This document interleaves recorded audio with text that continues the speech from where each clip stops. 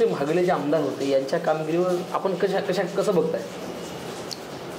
आता मागच्या आमदारांमध्ये माझं असं मत आहे चळवळीतला कार्यकर्ता म्हणून की 2004ला प्रताप चिखलीकर मित्रमंडळ अपक्ष म्हणून काँग्रेसच्या पाठिंब्यावर निवडून आले पहिल्यांदा. 2004 ते 2024 20 वर्षाचा इतिहास जर आपण तपासला तर या 20 वर्षात 2 वेळेला आमदार प्रताप चिखलीकर, 1 वेळेला आमदार श्याम शिंदे, म्हणजे 20 वर्षातले 15 वर्ष आमदारकी ही दाजी भाऊजीच्या घरात आहे. आणि त्यातली 5 वर्ष चळवळीतले नेते असलेले शंकरांना धोंडगेकडे होते. मी असं म्हणेल या 20 वर्षातल्या कालखंडाचा जर विचार केला तर शंकरांना धोंडगे जेव्हा 5 वर्ष आमदार होते प्रामाणिकपणे त्यांनी काहीतरी करण्याचा प्रयत्न केला असं माझं सुद्धा मत आहे.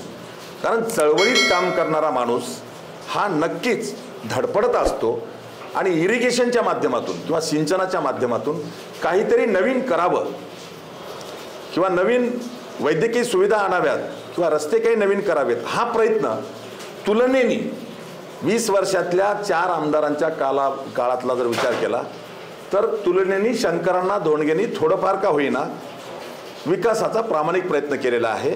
परंतु चिखलीकर आणि शिंदे यांनी मात्र थापा मारून बडेजावपणा करायचा, सत्तेचा गैरवापर करायचा, पैशाचा माज दाखवायचा आणि मतदारसंघामध्ये प्रत्येक गावामध्ये 1 किंवा 2 त्याचा कार्यकर्ता पोसायचा.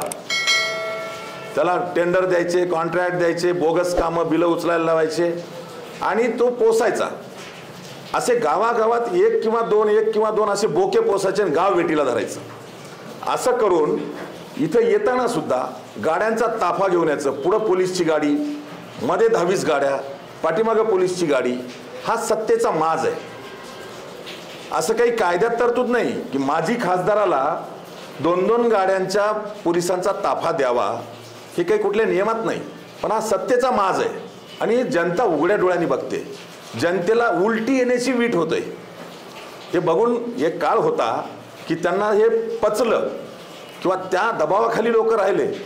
वट्ट्यावर कट्ट्यावर बसून गावागावात आमचीच लोक चर्चा करायचे, काय साहेबाचा ताफा मोठा होता, यावर चर्चा व्हायची. आणि मग लक्षात आलं की साहेबांचा ताफा बघून आमची चूल पेटत नाही. जेव्हा या बाबी लक्षात आल्या तेव्हा नांदेडला लोकसभेला निवडून आलेल्या प्रताप चिखलीकरांनी आयुष्यामध्ये 5 वर्ष खासदार आणि 10 वर्ष आमदार, 15 वर्ष सत्ता भोगली. 15 वर्षात चिखलीकरांनी काय केलं असं जर कोणी विचारलं तर मी असं म्हणेल त्या सत्तेच्या बळावर प्रताप चिखलीकरांनी 15 वर्षामध्ये 78 दारूचे दुकानं आणले. आणि 78 दारूच्या दुकानाच्या माध्यमातून आमची नवी पिढी बर्बाद करायचं काम केलं. आणि त्यातही आणखी हास्यास्पद बाब जर काय असेल तर जेव्हा नांदेडच्या जनतेने कैलासवासी वसंतरावजी चव्हाण यांना निवडून दिलं आणि प्रताप चिखलीकरांना त्यांचं नांदेडचं पार्सल लोह्याला पाठवलं. बघा, निवडणुकीत पराभव झाल्यानंतर लगेच कार्यकर्त्यांना पुढं करून रसाळीचा कार्यक्रम घेतला. रसाळीच्या कार्यक्रमामध्ये भाजपच्या नेत्याचा फोटो नाही आणि तो कार्यक्रम घेताना ताफा पुन्हा मी उल्लेख केला, ताफ्याशिवाय त्याचं काही भागत नाही.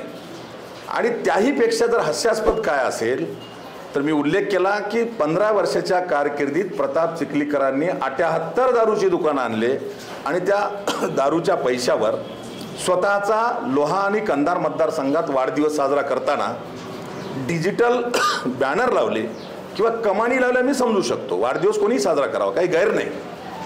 कमानी लावल्या किंवा बॅनर लावले इथपर्यंत ठीक होतं. परंतु हास्यास्पद बाब अशी आहे, दारूच्या पैशावर प्रताप चिखलीकरांनी स्वतःच्या वाढदिवसाला गावागावामध्ये हरिकीर्तन केले. ही हास्यास्पद बाब आहे. म्हणून अशा प्रकारचा माज आणि मस्ती सत्तेची आणि पैशाची बघून 20 वर्षामध्ये जनता कंटाळलेली आहे.